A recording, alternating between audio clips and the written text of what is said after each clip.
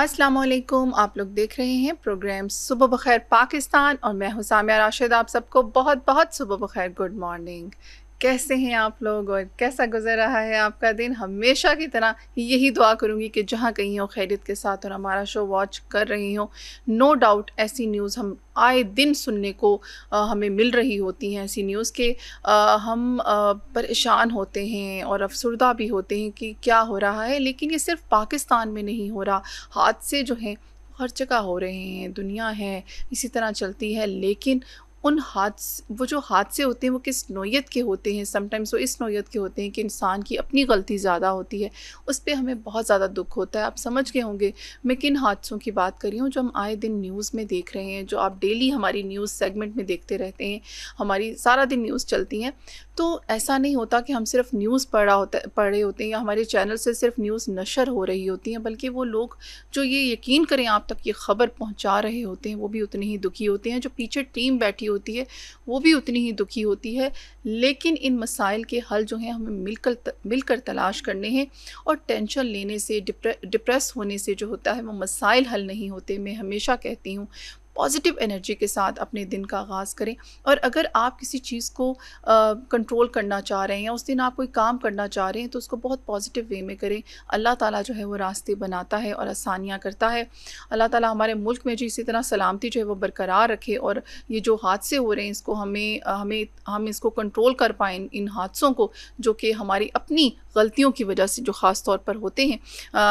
इन्हीं अच्छी अच्छी बातों के साथ और प्यारी प्यारी दुआओं के साथ अपने शो को मूव ऑन करती हूँ। जी हमारे साथ अभी मौजूद हैं उबैद ख़ान, ब्यूरो चीफ़ हैं रोज़ न्यूज़ लाहौर से। जी आज जिस हवाले से वो हमारे साथ रिपोर्ट शेयर करेंगे, साइकिल और मवेशी चोरी के वाक़यात में जो मुसलसल इजाफा हो रहा है उस हवाले से, तो सबसे पहले उनसे मिलते हैं। अस्सलाम वालेकुम। वालेकुम अस्सलाम।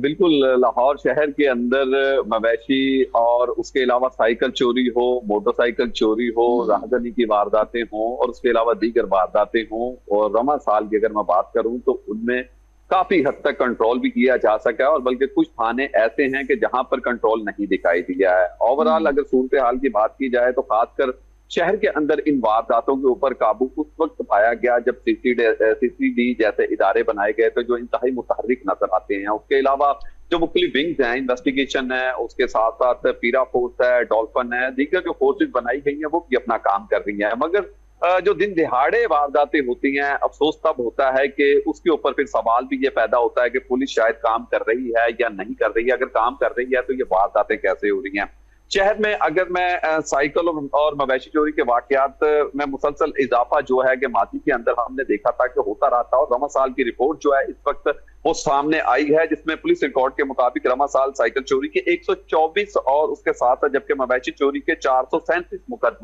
मुकदमा जो है वो दर्ज हुए हैं। उसमें अगर बात करें तो अदाद-ओ-शुमार जो हमारे पास इस वक्त मौजूद है साइकिल चोरी के वाकयात में, खासकर कैंट डिवीजन जो है उसमें 38 मुकदमात के साथ सबसे आगे है। उसके साथ सदर डिवीजन जो है 29 मुकदमात के साथ दूसरे नंबर पे है। इसी के साथ मॉडल टाउन डिवीजन में 20 और सिटी डिवीजन में 15 और इसके साथ साथ इकबाल टाउन में 12, जबकि सिविल लाइन डिवीजन में 10 मुकदमा जो है वो रिपोर्ट हुए हैं। और मैं मॉडल टाउन डिवीजन के इस वक्त एक थाने के बाहर मौजूद हूँ। आप देख सकते हैं कि ये काना थाना है, और जब हमारी यहाँ पर जो मुतलका अफसरान है और जो हमारे जराए हैं उनसे बात हुई है तो हमने उनसे मुख्तलिफ सवाल किए थे कि हमें बताया जाए कि रमा साल जो है खासकर मोटरसाइकिल की वारदातों के अंदर या मोटरसाइकिल चोरी कितनी हुई, तो वो जो अदाद-ओ-शुमार हमारे सामने आए हैं वो 100 से जायद जो मोटरसाइकिलें चोरी हुई, जिसमें से बहुत सारी रिकवर भी की गई हैं। इसी के साथ साथ 30 मवेशी के मुकदमा दर्ज हुए हैं इसी थाने के अंदर, और उसके साथ राहदरी और चोरी की जो वारदातें हुई हैं इसमें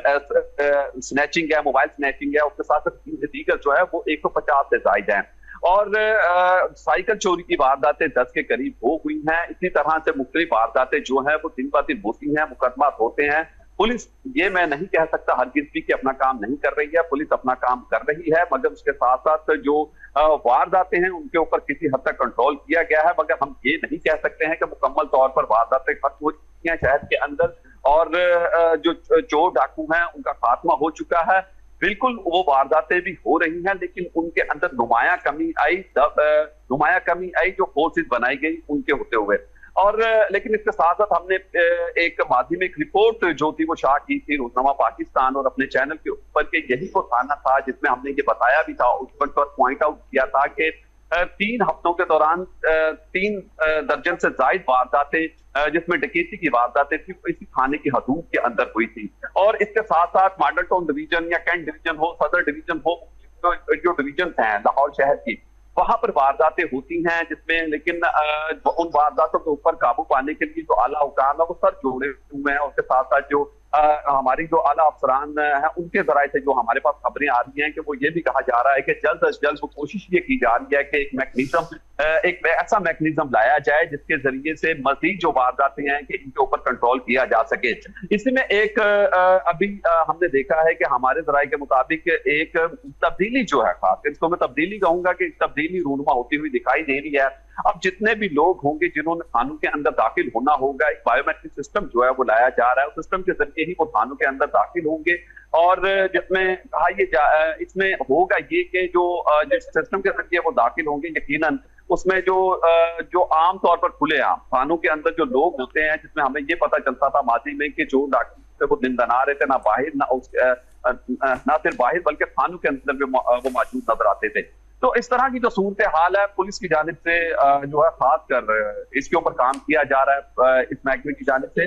और हर साल जो बजट पेश किया जाता है पंजाब का उसमें काफी खासा हिस्सा जो है वो रखा जाता है पुलिस के जो पुलिस डिपार्टमेंट है उनके अंदर तब्दीली और उसको अपडेट करने के लिए। तो अभी की सूरत हाल ये है कि वारदातें मुख्तलिफ हुई जरूर है मुख्तलिफ डिवीजन के अंदर, मगर काफी हद तक उनके ऊपर काबू भी पाया गया है। तो आपको लग रहा है कि अब पुलिस का जो महकमा है वो अपडेट हो चुका है? देखें, एक नारा लगाया जाता था कि पुलिस कल्चर को खासकर जो शहरी थे उनकी जानिब से मुतालबा किया जाता था कि इसको तब्दील किया जाए। ये जो थाने हैं इनको अपडेट जरूर किया गया है, इनकी बिल्डिंगों को अपडेट जरूर कर दिया गया है, लेकिन थाने कल्चर को तब्दील करने के लिए जिस तरह से कोशिशें होनी चाहिए थी वो कोशिशें शायद अभी तक नहीं हुई हैं। और जब तक ये कल्चर तब्दील नहीं होगा, जब तक जो अंदर बैठे हुए मुहाफिज हैं जिन्होंने लोगों की हिफाजत करनी है वो अपने आप को तब्दील नहीं करेंगे, तो यकीनन मैं उस वक्त तक मुकम्मल तौर पर हम इस कॉन्फिडेंस के साथ नहीं कह सकेंगे कि थाना कल्चर भी तब्दील हो चुका है, पुलिस का कल्चर भी तब्दील हो चुका है। पुलिस के हवाले से बहुत सारी शिकायत हमेशा मौजूद होती हैं, जिसमें रिश्वत की शिकायत होती हैं। उसके अलावा पुलिस के खिलाफ मुख्तलिफ एप्लीकेशन जो हैं वो डीआईजी ऑपरेशन हो, आईजी पंजाब हो, उसके अलावा दीगर आला अफसरान हैं उन तक पहुंचाई जाती हैं और जिसमें ये शिकायत वाज़ेह नजर आती है कि पुलिस से लोग नाखुश दिखाई देते हैं। और ओवरऑल जो सूरत हाल है कि ये कहा जा सकता है कि पुलिस के रवैये के अंदर किसी हद तक तब्दीली आई है और इसको मैं क्रेडिट गोज करूंगा वज़ीर आला पंजाब, क्योंकि वज़ीर आला पंजाब की जानिब से सख्त हिदायत और अहकाम ये दिए गए थे कि आपने किसी भी आम शहरी को जब वो थाने के अंदर दाखिल हो, थाने के हदूद में दाखिल हो, इसको इज्जत के साथ उसकी तमाम बात सुनी है, उसे सर और हजूर या उसके अलावा जनाब के अलावा आपने बात नहीं करनी है। वो कल्चर जो माजी में देखा जाता रहा था उसको तब्दील करना पड़ेगा। तो उसके अंदर किसी हद तक तब्दीली नजर आई है। और खासकर जो हमने अपने सर्वे किया था, हमारे सर्वे में भी हमने देखा था कि पुलिस के ना सिर्फ कल्चर के अंदर तब्दीली के लिए काविशें की जा रही हैं, बल्कि उसके साथ साथ जो पुलिस के मुहाफिज हैं, पुलिस के अहलकार हैं, उनके रवैयों को चेंज करने के लिए मुख्तलिफ मैकेनिज्म जो है वो बनाए जा रहे हैं। बिल्कुल। अच्छा, आपने बजट की भी बात की तो हमने ये क्या पूरी आवाम का जो है वो यही कहना है कि खुशहाल लोग जो हैं वो बजट बनाते हैं, इसमें गरीब के बारे में नहीं सोचा जाता, तो इस हवाले से क्या कहेंगे? देखिए, जो वफाक का बजट पेश किया गया है अभी तक और जो हमने लोगों का रवैया देखा था वो बिल्कुल नाखुश उससे दिखाई दिए हैं उस बजट से। और उन्होंने वाजे कहा है कि इस बजट के अंदर आम आवाम के हालो अहवाल को नहीं देखा गया है, क्योंकि महंगाई इस कदर ज्यादा हो चुकी है और लोग पहले ही बहुत ज्यादा परेशान हैं। जिस रिलीफ की उम्मीद जाहिर की जा रही थी वो रिलीफ शायद लोगों तक नहीं पहुंचा है, लोगों को नहीं मिला है। और आम जो शख्स है वो जाहिर उसे जरूरियात जिंदगी की जो अशियां हैं, खुर्दोनोश की अशियां हैं, वो जब कीमतें कंट्रोल नहीं होंगी और उसको सस्ती नहीं मिलेंगी तो वो जरूर वबेला करेगा। शहर के अंदर महंगाई को लेकर काफी खासा वबेला इस वक्त किया जा रहा है और इससे कहा जाएगा कि जो वफाकी हुकूमत है, जो मौजूदा हुकूमत है, उसको काफी खासा नुकसान जो है इससे हो रहा है और दिखाई भी हमें दे रहा है, क्योंकि हमें जो जब हमारी अरकान असम्बली उनसे बात होती है तो कहा यह जाता है कि आम शहरी की आवाज को और आम शहरी की जरूरत को देखते हुए जो है वो बजट तैयार किया जाता है। मगर जब बजट पेश किया जाता है तो उसके अंदर बहुत सारी चीजें जो है वो मुख्तलिफ नजर आती हैं, जिसमें आम शहरी बिल्कुल भी नाखुश जो है वो दिखाई देता है। ओके, बिल्कुल जी। आम शहरी वैसे खुश हुआ कब था?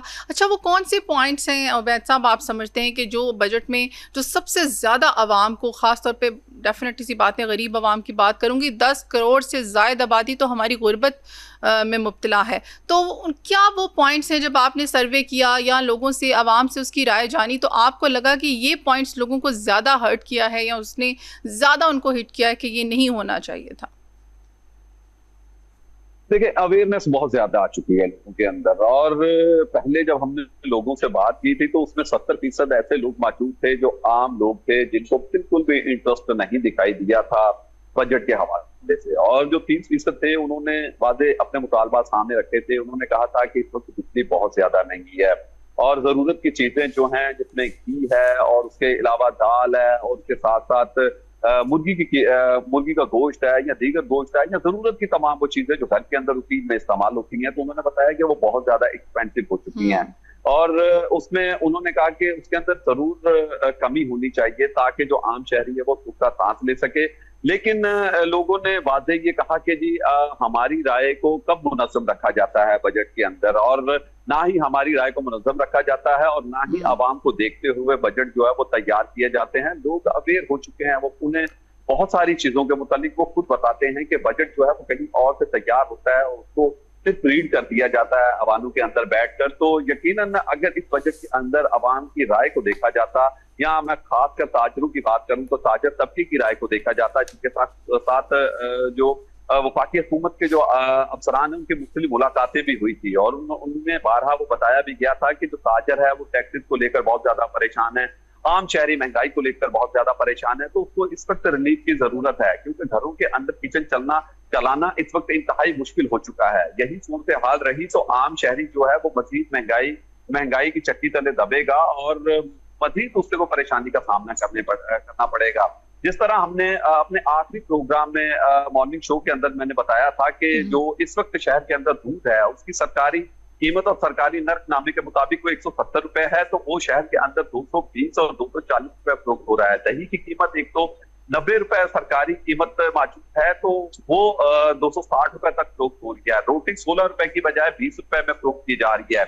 मुर्गी का गोश्त हो या उसके अलावा जो दूसरी चीजें हैं उनके अंदर भी इसी तरह वाज़े इजाफा देखा जाता है। सरकारी कीमत के ऊपर आम शहरी को चीजें नहीं मिलेंगी तो उसको मजीद महंगाई का जो है वो सामना करना पड़ेगा। सूरत हाल बिल्कुल गंभीर है। बजट को लेकर लोग जो हैं उनकी जानिब से नाखुशी का इजहार किया जा रहा है, वो खुश नजर नहीं आ रहे हैं। परेशानी का आलम यह है कि हर शहरी जो है वो सिर्फ इस वक्त एक ही मुतालबा कर रहा है कि किसी भी तरह उसको जो है कि जरूरियात चीजों के अंदर रिलीफ किया जाए ताकि आम शहरी जो है उसका सामने ले सके।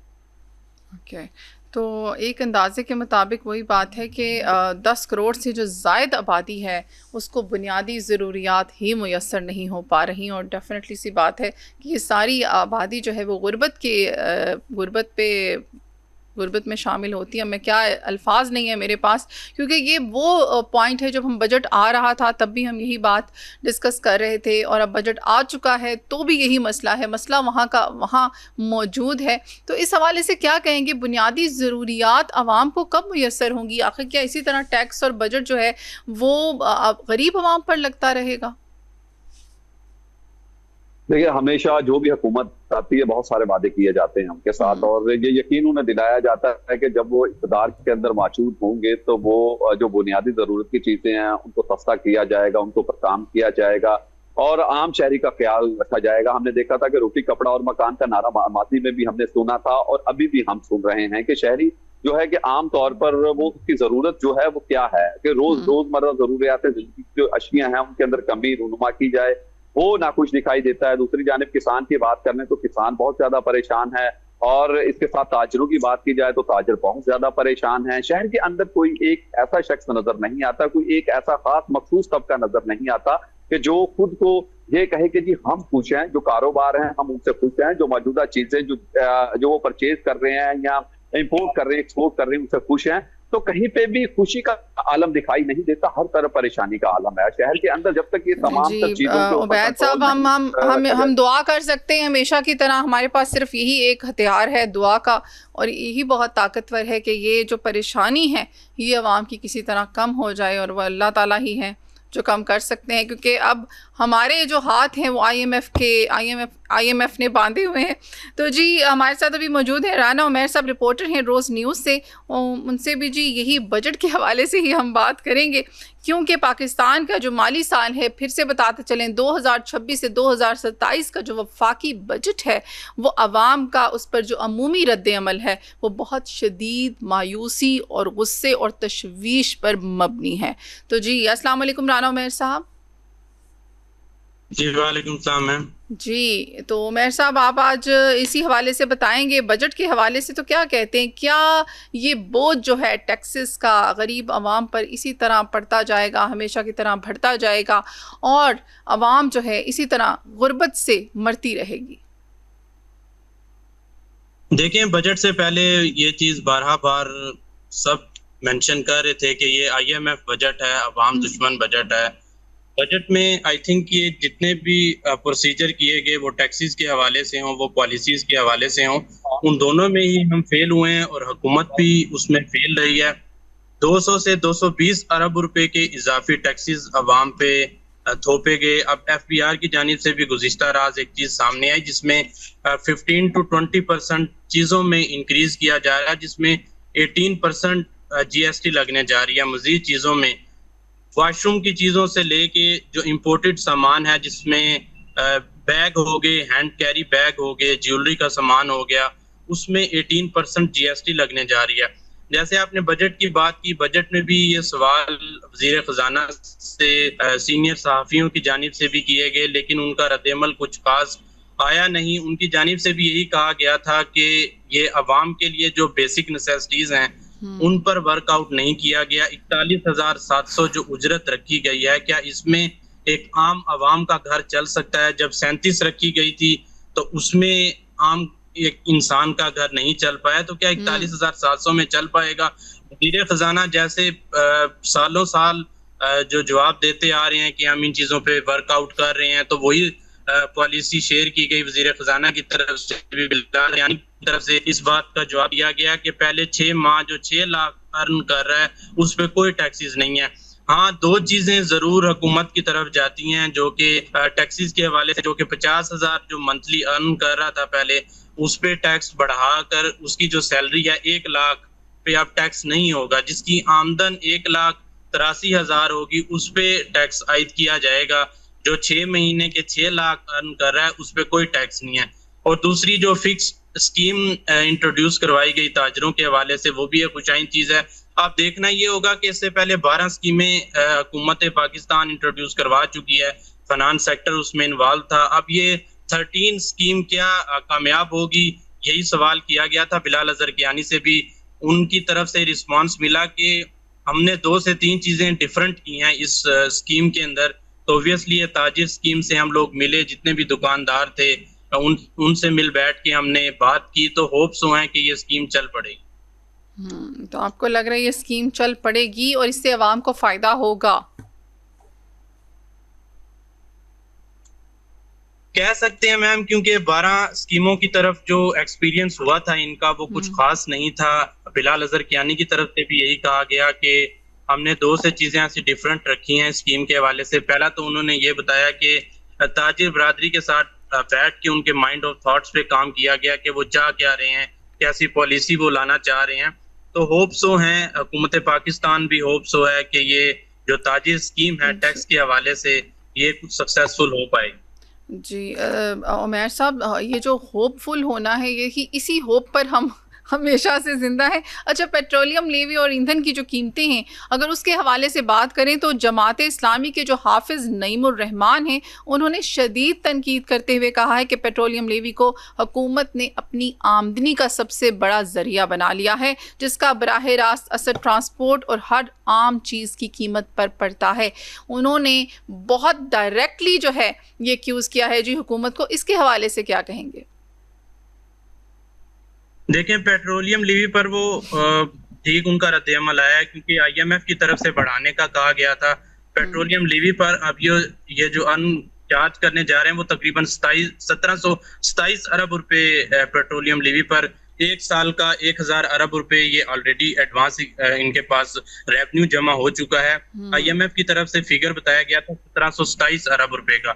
अब एक जो आइंदा माली साल होगा उसमें हुकूमत पाकिस्तान की तरफ से 727 अरब रुपए मजीद रेवेन्यू जनरेट करना होगा। 1000 तो वो प्लस में जा रहे हैं। तो उन्होंने लेवी के हवाले से वजीर खजाना से सीनियर सहाफियों की तरफ से भी सवाल किया गया था कि पेट्रोलियम लीवी पे क्यों चार्ज कम नहीं किया जा रहा, जिसपे उनका यही कहना था कि थोड़ा सा खिते में इस वक्त कशीदगी जारी है, हमने चारों तरफ देखना है, हमने अपनी पॉलिसीज भी जनरेट करनी है, उस पर इम्प्लीमेंटेशन करना है। हाफिज की तरफ से जो ये रद्द अमल दिया गया ये बिल्कुल ठीक है। जो पेट्रोलियम लीवी है, हुकूमत को इससे मुतल्लिक एक पॉलिसी जनरेट करनी होगी कि पेट्रोलियम अगर खिते में अब एक खुशाइन चीज है, दोनों ममालिक के बीच जो वार चल रही थी और उस पर भी जुमे वाले दिन एक पुरअमन दस्तखत होने जा रहे हैं। होपफुल हैं कि दस्तखत हों ताकि खिते में कशीदगी कम हो और पेट्रोलियम मसनूआत की प्राइसेस नीचे आएँ। जब पेट्रोलियम मसनूआत की प्राइसेस नीचे आएंगी तो वो लीवी का जो टैक्स हुकूमत की तरफ से बढ़ाया गया है वो सेटल हो पाएगा। चलें जी, वी विश कि ऐसा ही हो। थैंक यू सो मच, आप आए और आपने ये रिपोर्ट शेयर की। इसके साथ ही टाइम होता है एक छोटी सी न्यूज़ ब्रेक का। स्टे ट्यून, मिलते हैं आफ्टर द ब्रेक।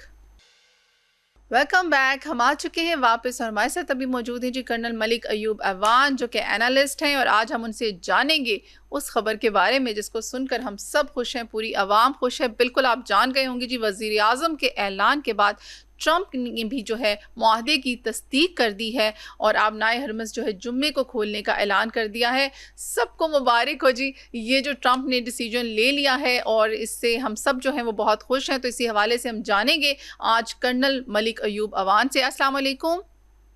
वालेकुम सलाम जी, कैसे हैं आप? अल्हम्दुलिल्लाह। तो ये जो हैप्पी न्यूज़ है इस हवाले से क्या कहेंगे? बिस्मिल्लाह रहमान रहीम।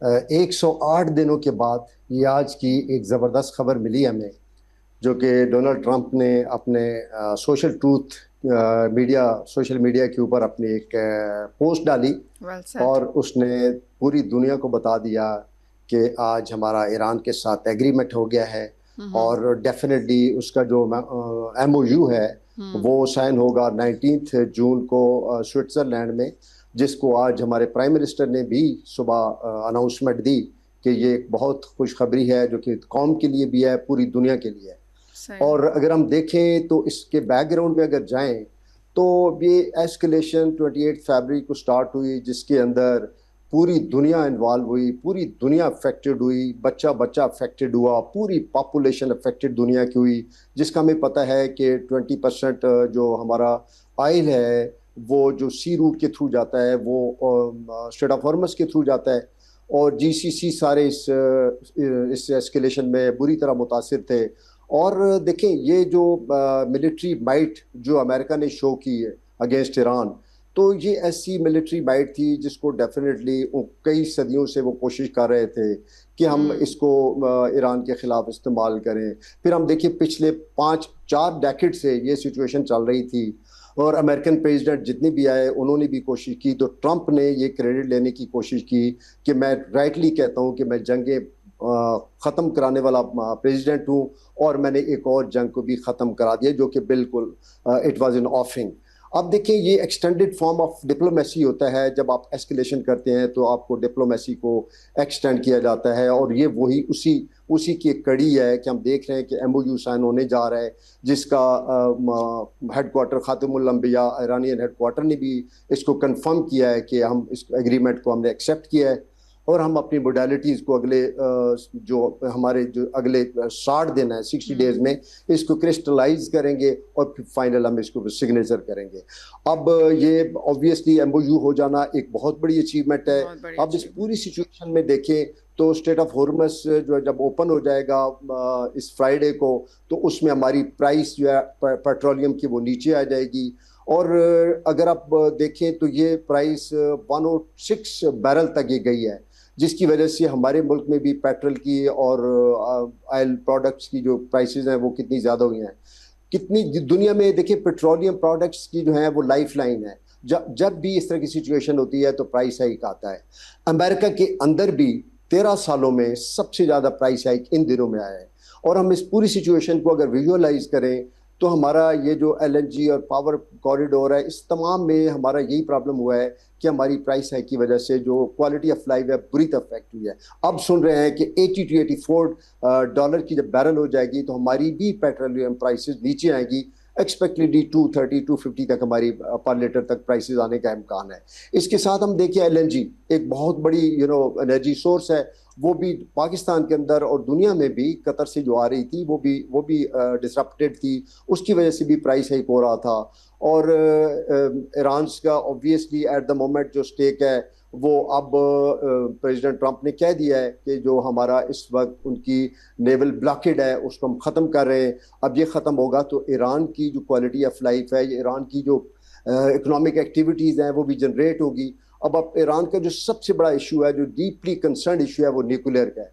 अब ट्रंप ने कहा है कि जो न्यूक्लियर डस्ट है जिसको वो इंडिजिनस यूरेनियम के साथ वो रिजम्बलेंस देता है, तो ही इससे कि ये जो है हम इसके ऊपर निगोशिएट करेंगे। लेकिन जो उसने बॉटम लाइन दी है वो उसने ये कहा है कि हम ईरान को डी न्यूक्लियराइज करेंगे। Iran won't be able to make any assets और any weapons on account of nuclear things. तो ये कभी डेफिनेटली ईरान भी चाह रहा है कि उसके बदले अगर ईरान को उसकी सैंक्शन जो है लिफ्ट हो जाए, ईरान की जो फ्रोजन एसेट्स हैं 28 बिलियन डॉलर्स के करीब हैं वो भी अगर डी फ्रोज हो जाए, तो इस तरह पूरी सिचुएशन में ईरान भी विन विन सिचुएशन में है।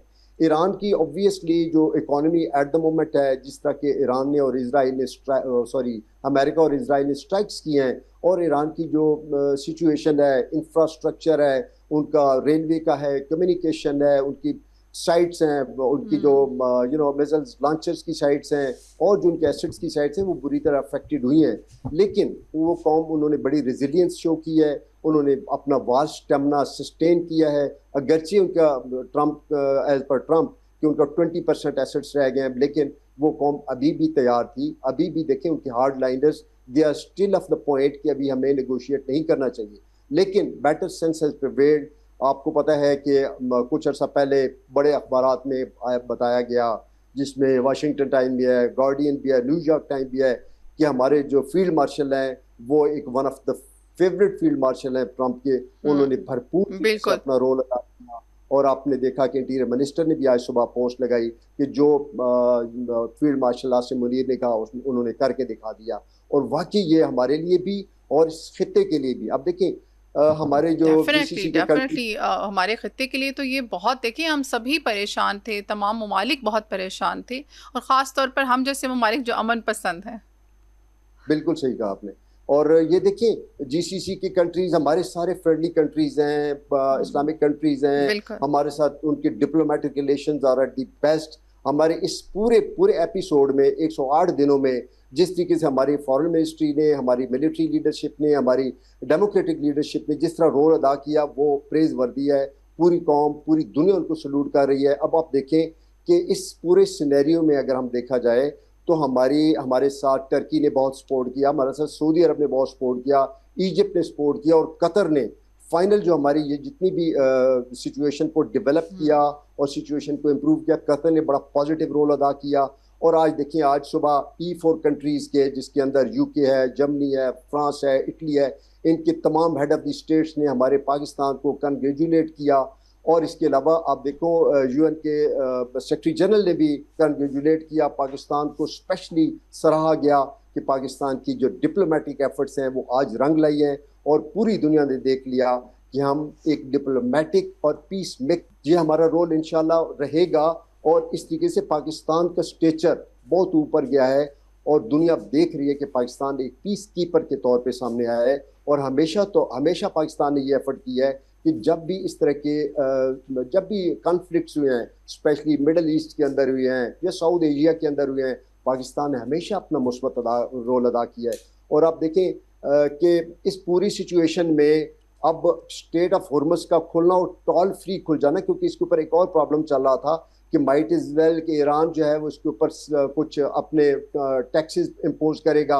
अगर वो सिचुएशन होती तो प्राइसेस और बढ़ जाती, लेकिन इस पूरी सिचुएशन को एमिकेबली रिजॉल्व किया गया है। और मुझे यकीन है कि जब ये एग्रीमेंट साइन होगा तो हमारे लिए भी, इस खत्ते के लिए भी और पूरी दुनिया के लिए एक अमन का पैगाम भी होगा। और ईरान जो कि पिछले ऑलमोस्ट 4 डेकेड से सफ़र कर रहा है, उनके एक सिचुएशन ऐसी बनी हुई है कि उनके हार्ड लाइनर्स के भी एक ग्रुप है और इस तरह की सिचुएशन है। इस पूरी सिचुएशन में लग ये रहा है कि इंशाल्लाह ताला ये स्टेबिलिटी आएगी। ईरान भी इसमें सिचुएशन में बहुत पॉजिटिव रोल अदा करेगा।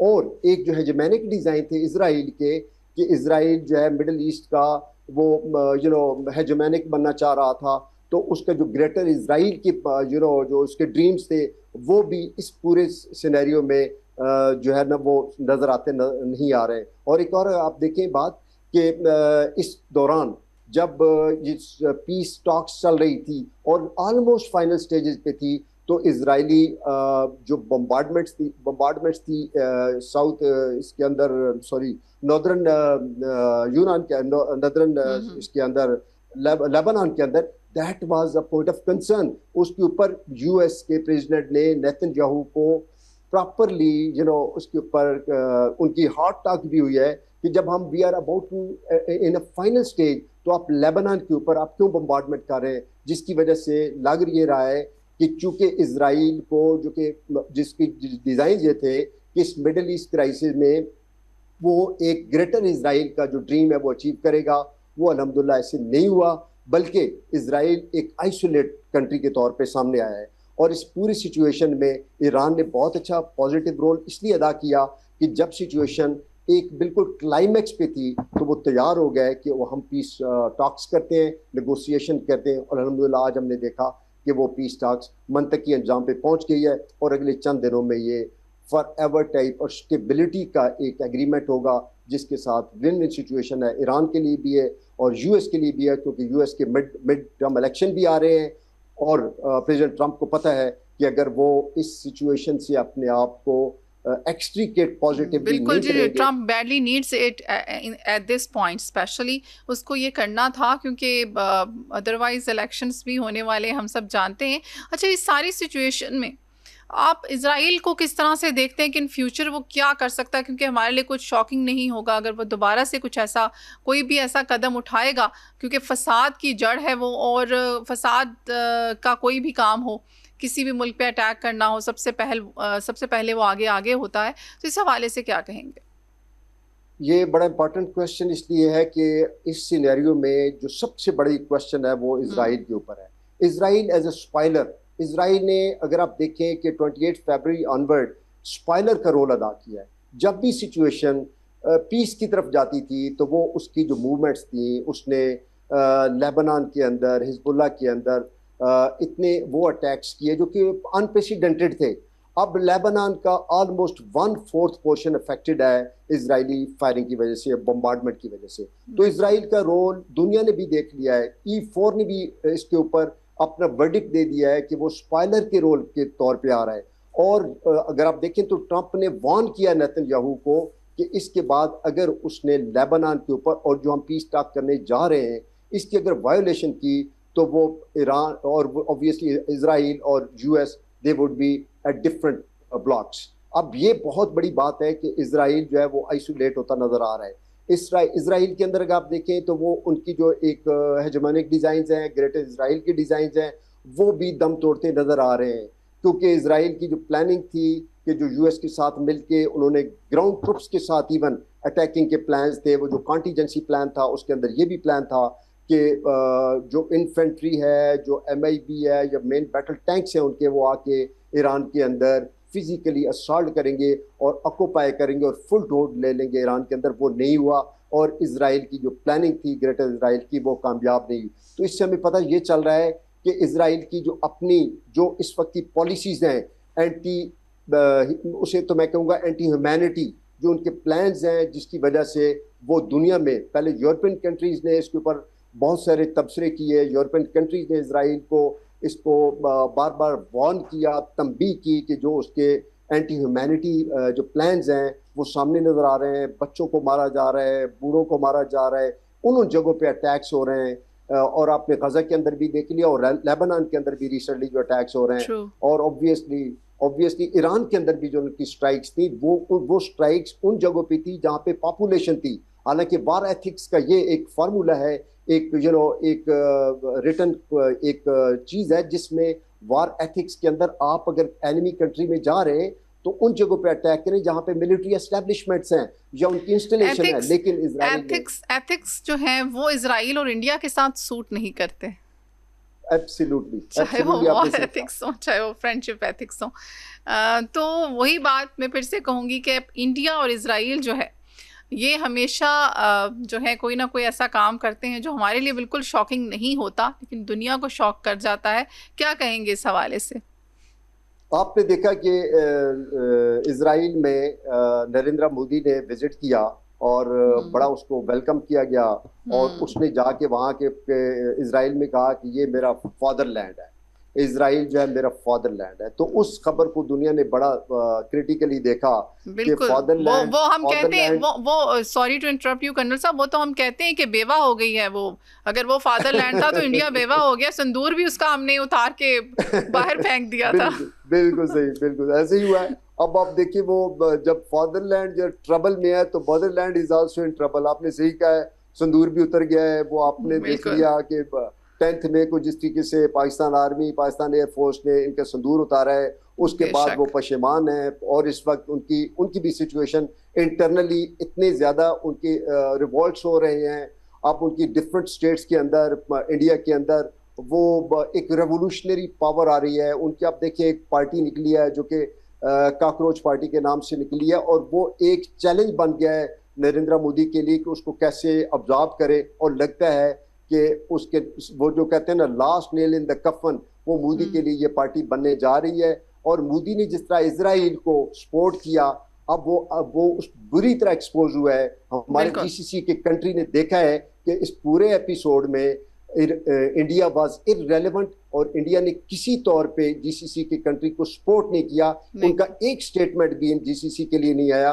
तो हमारे लिए एक प्राइड है कि हमारी ब्रदरहुड है जीसीसी कंट्रीज के साथ। We love them because they are Muslim countries, और उन्हें भी अब रियलाइज हो गया है, उन्हें भी हमारी कदर मंजिलत का पता चल गया है, उन्हें भी हमारी सिंसियरिटी का पता चल गया है कि ये कौम भी, ये क़यादत भी, ये मिलिट्री क़यादत भी और सियासी क़यादत भी हमारे साथ है, हमारी लुक आफ्टर कर रही है और सिंसियर है हमारे साथ। सबसे बड़ी बात है कि हम सिंसियर थे, जिसकी वजह से ये आज का जो हम ये एक खुशखबरी कौम को सुना रहे हैं, उसके पीछे सिंसियरिटी है, उसके पीछे पूरी स्ट्रगल है। और आपने देखा कि हमारी पूरी लीडरशिप ने स्लीपलेस नाइट्स गुजारी, इतनी एफर्ट की, कभी ईरान की विजिट्स कर रहे हैं, कभी यूएस, कभी सऊदी अरेबिया एंड कभी टर्की एंड ऑल अराउंड।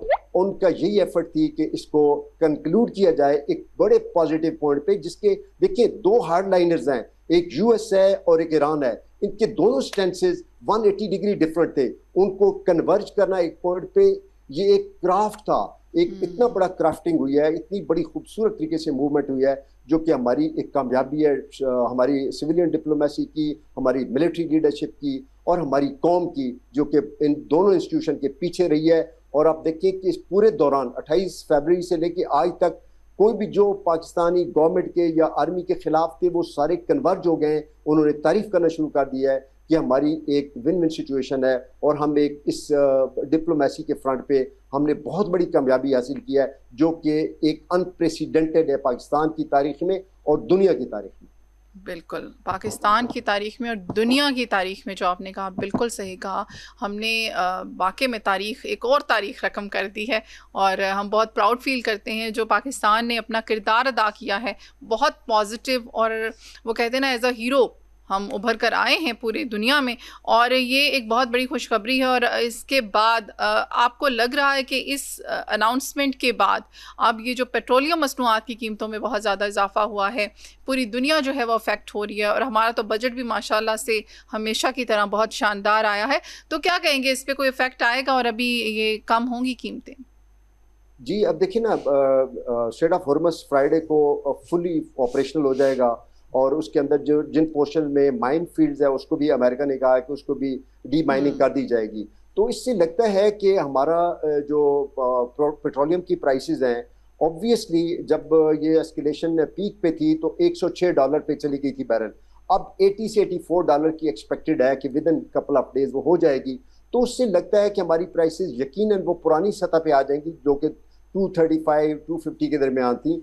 और ऑब्वियसली हमारे बजट में भी जो सिचुएशन बनी है, आपके मुंह में घी शक्कर, बड़े बड़ी आपने पूरी आवाम को भी खुश कर दिया है, तो हम दुआ करते हैं वाकई में आ जाए। वैसे इट मीन्स कि आप श्योर हैं कि आ जाएंगी? मुझे यकीन है, क्योंकि देखिए टेंजिबल टर्म्स में मैं बात कर रहा हूँ, जब $106 पे थी तो हमारी प्राइसेस बिल्कुल ऊपर चली गई थी और अफोर्डेबल लिमिट से बाहर चली गई थी। अब 80-84 पे आ रही है और उसका मजीद चांसेस हैं कि मजीद जब नीचे आएगी तो हमारा जो टोटल इफेक्ट है इकोनॉमिकली स्पीकिंग, हमारा ये जो ओवरऑल प्राइसेस हैं ये नीचे आएगी। और बजट में आपको पता है कि हमारा ऑब्वियसली जो सिचुएशन थी इस एस्केलेशन की वजह से भी, और हमारी जो लास्ट ईयर इंडिया से जंग हुई है उसकी वजह से भी, तो हमारा जो ऑब्वियसली अगर हम देखें तो हमारी 7% जो सैलरीज और पेंशन का इंक्रीज हुआ है, तो उसके साथ इन्फ्लेशन भी 11% के करीब है। अगरचे ओवरऑल इफेक्ट तो इतना ज़्यादा इम्पैक्ट मिडिल मैन पे नहीं आएगा, लेकिन जो डेवलपमेंटल प्रोजेक्ट्स हैं उसकी वजह से और कुछ ऐसी चीज़ें हैं जो कि हमारे ऑब्वियसली बजट के अंदर फ्रेंडली बजट के तौर पे गिनी जा सकती हैं, specially development point of view से और क्वालिटी ऑफ लाइफ बेहतर होने की वजह से। तो हमें अच्छे की उम्मीद रखनी चाहिए, क्योंकि हम लोग फौरन रिएक्टिव हो जाते हैं। थोड़ा सा चीज़ों को देखें, मुझे यकीन है कि इंशाल्लाह ये पेट्रोलियम प्राइस नीचे आएंगी इंशाल्लाह। कर्नल साहब थैंक यू सो मच, आप आए और हमेशा की तरह हमें बहुत अच्छा लगा, आपने बहुत अच्छे से एनालिसिस किया और इसी तरह जो है अल्लाह ताला पाकिस्तान का नाम इसी तरह रोशन करता रहे और इसी तरह हम कामयाबियां जो हैं वो उसकी मंजिलें कामयाबियों की तय करते रहें। आमीन जी। टाइम होता है एक छोटी सी कमर्शियल ब्रेक का, स्टे ट्यून, मिलते हैं after the break. Welcome back, हम आ चुके हैं वापस और हमारे साथ जी अभी मौजूद हैं जूम पे ज़फ़रुल हसन, सीनियर इकनॉमिस्ट हैं और इनसे आज हम जानेंगे बजट के हवाले से, क्योंकि ये जो बजट है इसने भी अवाम में शदीद, मैं फिर से कहूँगी कि रद्द अमल और मायूसी, गुस्से और तशवीश का जो है वो ज़ाहिर किया है अवाम में, और अवाम को इससे खुश नहीं है और हमेशा की तरह खुश नहीं है, ये भी कहना मुनासिब होगा। जी अस्सलाम वालेकुम। जी वालेकुम सलाम। जी ज़फ़र साहब, अब तो अल्फाज जो है ना, हम पिछले 1 मंथ से आई थिंक 1.5 मंथ से बजट कर रहे हैं और बजट आ चुका है और वही हुआ है जो हम एक्सपेक्ट कर रहे थे, तो क्या कहेंगे इस हवाले से? इसमें देखिए, बजट को जांचने के 2-3 पैमाने ये हैं कि ये लोगों के लिए क्या लाया है, लोगों के लिए मतलब बाकी नहीं, लेकिन ये है कि लोगों की ज़िंदगी में क्या तब्दीली आएगी। जैसे आप अगर एग्रीकल्चर से हैं तो एग्रीकल्चर के लिए गवर्नमेंट ने क्या किया है, कोई टैक्स लगाया है, कोई इस तरह का। तो इस हवाले से अगर आप देखें तो मेरे ख्याल में ज़राअत पिछले 2-3 सालों से बड़ी परेशान है और आज भी किसान के लिए इसमें कोई ख़ास ऐसी चीज़ नज़र नहीं आई। और हमने जो महंगाई में कमी इंजॉय की है उसमें भी देखें जो आलू के काश्तकार रुल गए, इस किस्म के जो है, और ज़राअत से वाबस्ता फिर जो है वो आम आदमी होता है, क्योंकि हमारे यहाँ गुर्बत जो है, पॉवर्टी, वो बुनियादी तौर पे ये देहात का एक फिनोमेना है जिसमें देहात में बहुत ज़्यादा है। तो देहात ज़्यादातर जो है चूँकि वो मुंसलिक है इससे ज़राअत से, तो इनकी ज़िंदगी डिपेंड करती है। तो इसमें ज़राअत में अगर आप देखेंगे तो कोई ख़ास इक़दामात जो है वो नज़र नहीं आएंगे। इस वक्त हमारे जो है वो फूड सिक्योरिटी का मसला है, तो फूड सिक्योरिटी के लिए ज़रूरी है कि ज़राअत के लिए कुछ ना कुछ किया जाए गवर्नमेंट की तरफ से। फिर दूसरा, अगर आप देखें कि अभी गवर्नमेंट के अपने जो मुलाजमीन हैं उनकी तनख्वाह में 7% बढ़ाई गई है, तो लेकिन साथ ही गवर्नमेंट कह रही है कि अगले साल जो महंगाई होगी वो 8.2% बढ़ेगी। इसका मतलब ये है कि उनकी ज़िंदगी बुरी होगी। पेंशनर्स हैं और उनके लिए पिछले साल उन्होंने कहा था कि जी महंगाई 7.5% होगी, लेकिन आपको इजाफा हम 7% देंगे। इसका मतलब ये है कि 0.5% आप अपनी जेब से करें। तो इस किस्म के मेरे ख्याल में फिर वो बेनज़ीर इनकम सपोर्ट प्रोग्राम में हर दफ़ा कुछ बढ़ा देते हैं, लेकिन उसमें फिर उनको देखें वो वो फिशिंग सिखाने की बजाय जो है वो भीख देने पे गवर्नमेंट बहुत ज़्यादा यकीन रखती है। लेकिन तो इस तरह मेरे ख्याल में है महंगाई में, और अभी ये ख़ास तौर पर मिडिल की इसकी सूरत है।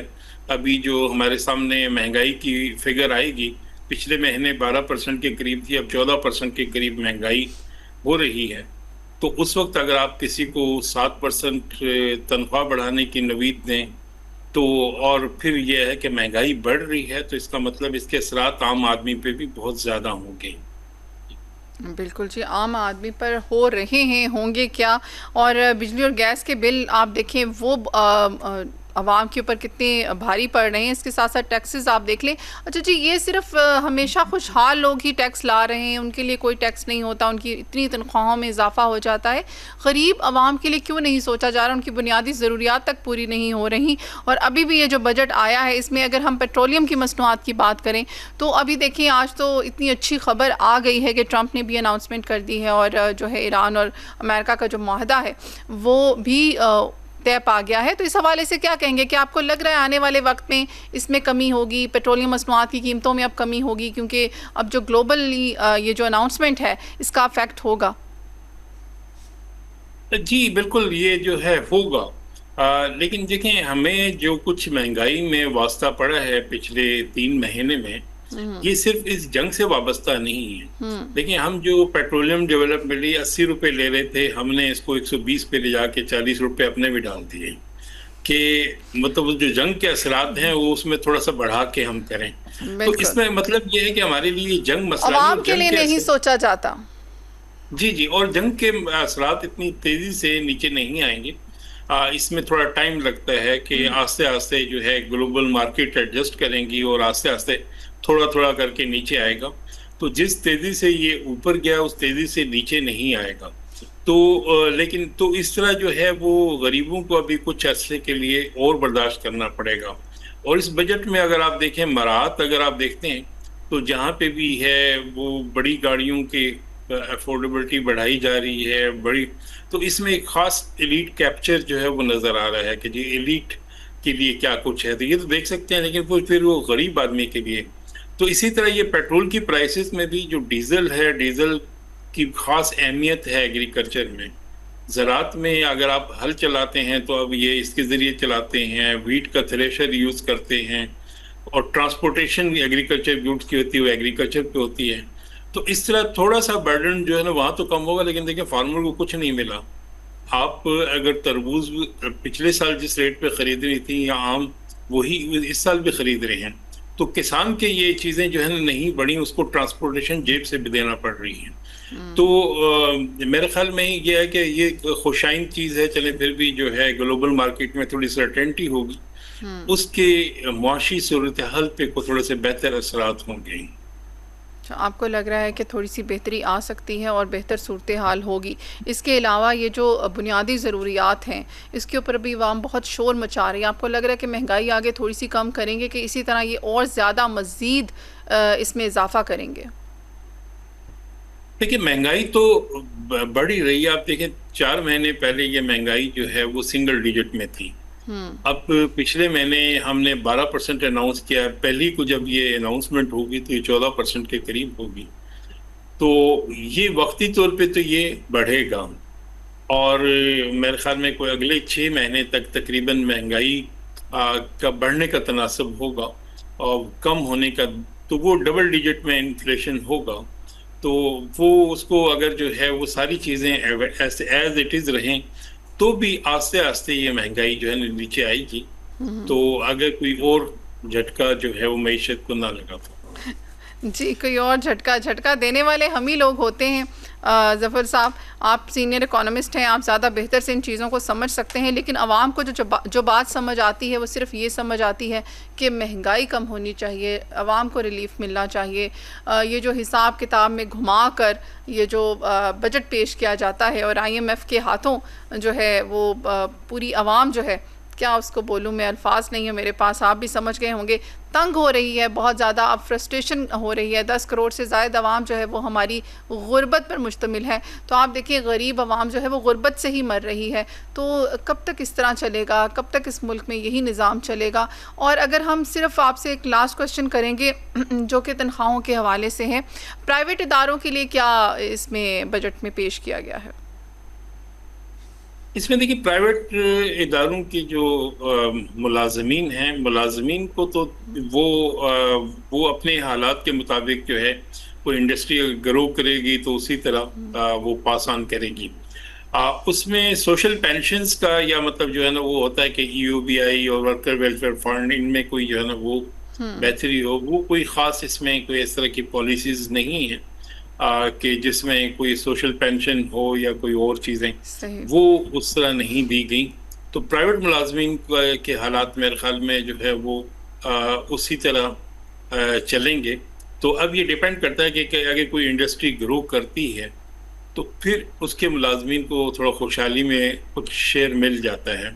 तो अब ये सारा डिपेंड करता है कि इकोनॉमिक कंडीशन अगर अच्छी हुई तो फिर जो है ना वो बेनिफिट। बिल्कुल जी, अच्छी हुई तो, और फिर हम वहीं पे आ जाते हैं जो हमेशा की तरह मैं कहती हूँ, हम उम्मीद पर जिंदा हैं।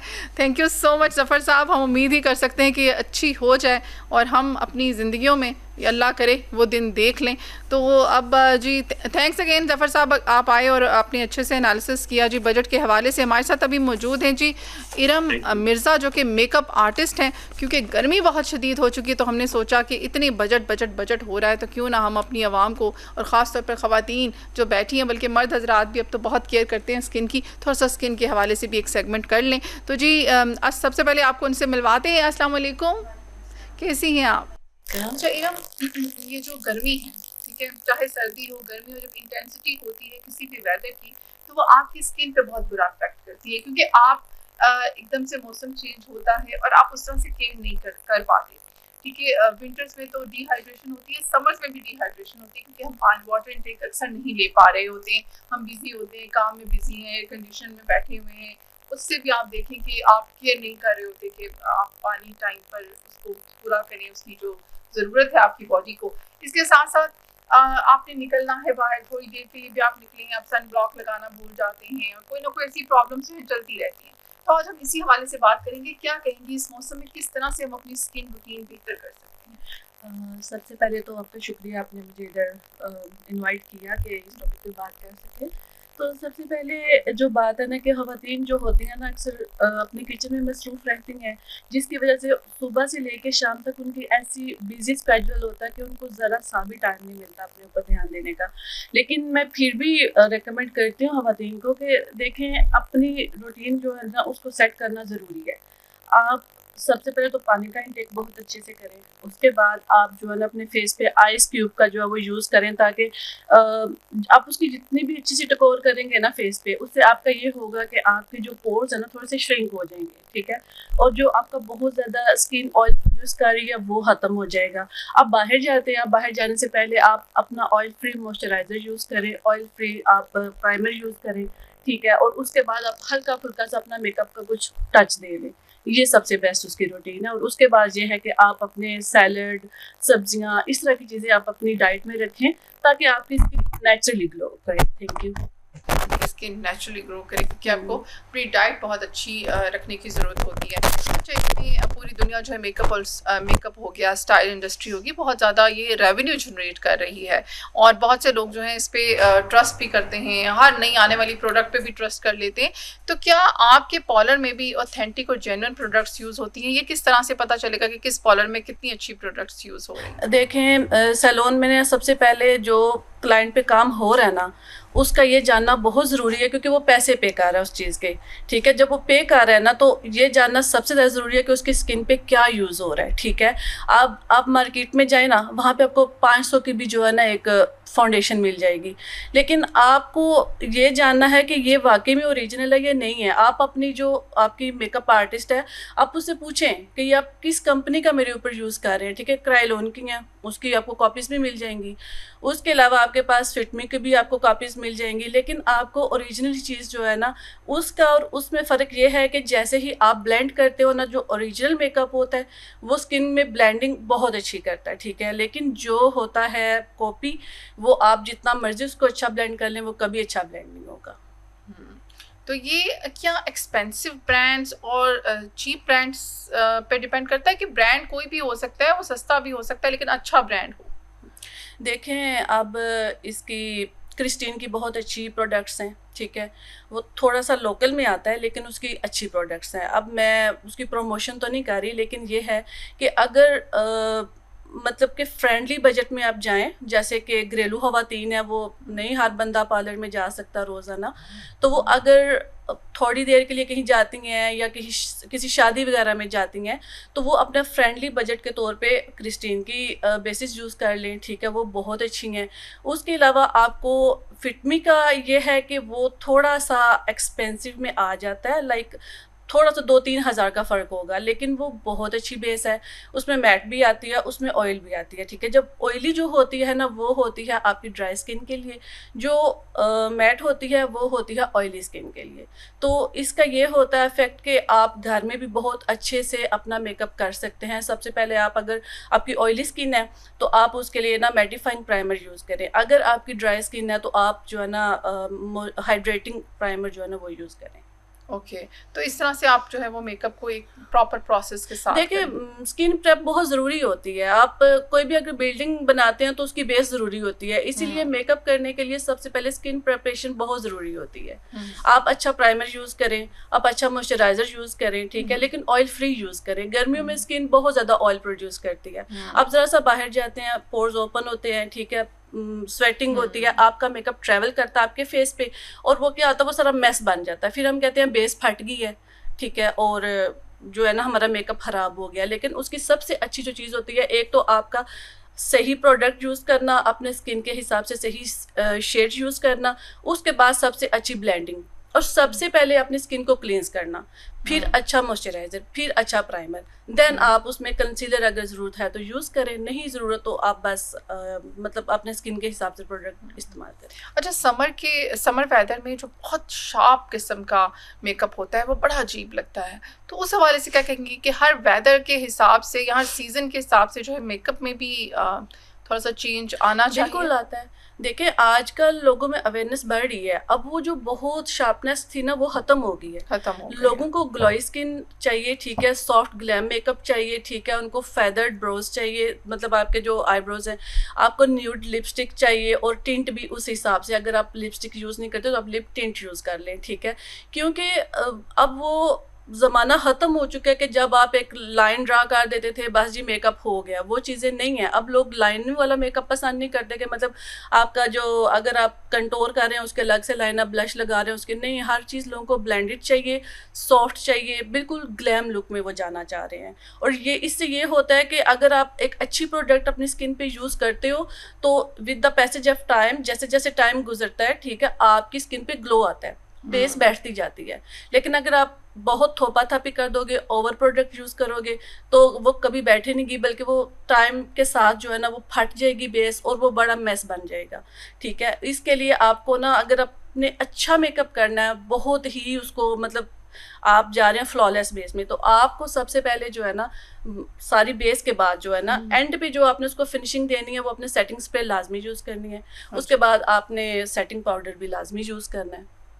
ओके अच्छा, कुछ लोग एक चीज़ यूज़ करते हैं, या स्प्रे या पाउडर, तो वो भी ठीक है? स्प्रे तो हर चीज, हर स्टेप के बाद आप यूज़ कर सकते हो। अच्छा, ठीक है। सेटिंग स्प्रे जो है ना वो आप हर स्टेप के बाद यूज़ कर सकते हो। अच्छा, बहुत ज़्यादा मेकअप करने के बाद हमने देखा कि समर्स में आपके चेहरे पर स्पॉट्स बनना शुरू हो जाते हैं मोस्टली, उस हवाले से क्या कहेंगी? क्या रूटीन होनी चाहिए कि वो स्पॉट्स ना बने, या उनको ब्लेमिश करने का कुछ और वे है?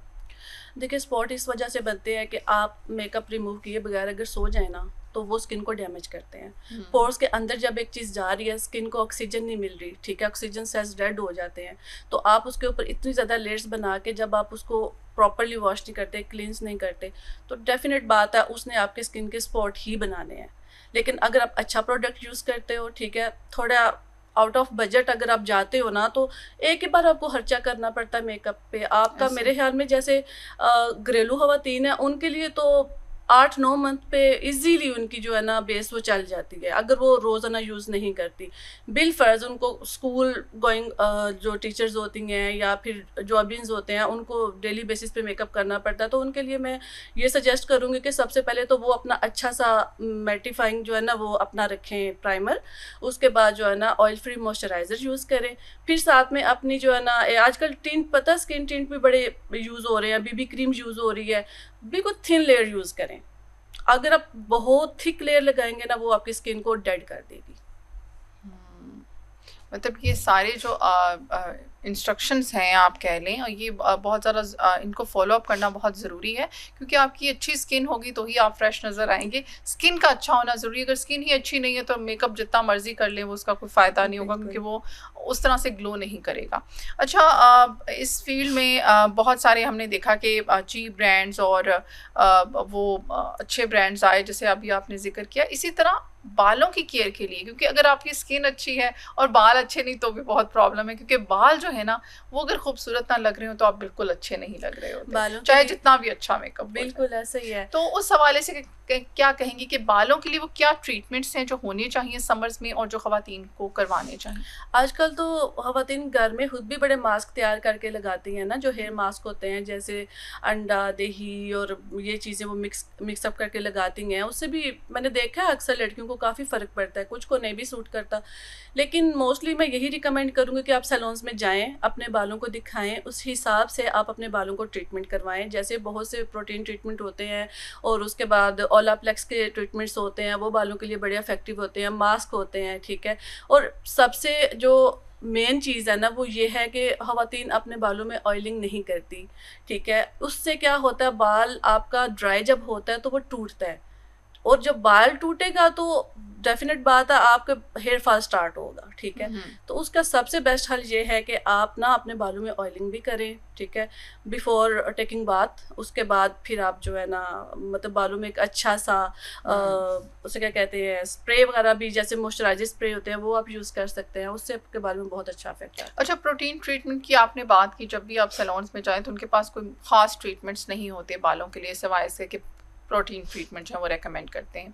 लेकिन प्रोटीन ट्रीटमेंट जो है वो आपको कैसे पता चलेगा कि हर सैलून का जो है वो मतलब एक जैसा है, या इसका अच्छा है इसका बुरा है, क्योंकि सबके प्राइसेस डिफरेंट होते हैं। अब आपको नहीं पता कि कौन सा सैलून जो है वो क्या लगा रहा है, तो इसमें सबसे बेस्ट प्रोटीन ट्रीटमेंट में वो क्या प्रोडक्ट्स यूज़ होती हैं ताकि थोड़ी सी ऑडियंस को नॉलेज हो? लॉरियल के बहुत अच्छे प्रोटीन ट्रीटमेंट्स हैं। अच्छा, आप अगर मार्केट में जाते हैं आप देखें कि वहाँ पे बहुत लेकिन ये है कि ओरिजिनल हो, कॉपी भी बहुत ज़्यादा होती है, ठीक है। अब ये भी सैलून को ही पता होगा कि भी वो कॉपी यूज़ कर रहा है कि वो सैलून में तो हमेशा ओरिजिनल चीज़ यूज़ की जाती है। देखिए हमने अपने क्लाइंट ख़राब नहीं करने होते, क्लाइंट का जो ट्रस्ट होता है वो बिल्ड करना बहुत ज़रूरी होता है, और उसके लिए ये है कि आपको ओरिजिनल प्रोडक्ट्स जो है ना वो यूज़ करनी होती हैं उन पे। तो वैसे मेरे ख्याल से लॉरियल का जो है ना वो सबसे अच्छा प्रोटीन ट्रीटमेंट है। ठीक है, तो ये जो ट्रीटमेंट होता है इसकी क्या प्राइस रेंज होती है? अगर एक आम खातून है और वो करवाना चाह रही हैं, क्योंकि ख़वातीन के ये बड़े इशूज़ होते हैं जी,